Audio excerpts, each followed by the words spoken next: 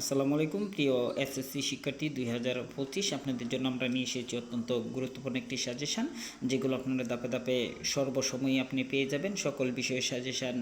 এই চ্যানেল বা এই গ্রুপ বা এই ফেসবুক আইডি থেকে আপনারা সকলে পেয়ে যাবেন। আজকে আমরা